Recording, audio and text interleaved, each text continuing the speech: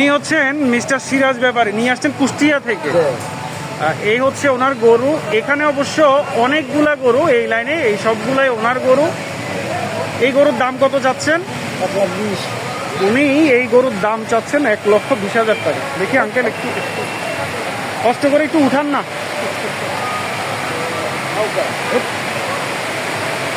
তো গরুটা খারাপ না, অনেকেই আপনার ছোট গরু কিনতে চান, সেই হিসাবে এটা কষ্ট করে একটু দিকে সরান।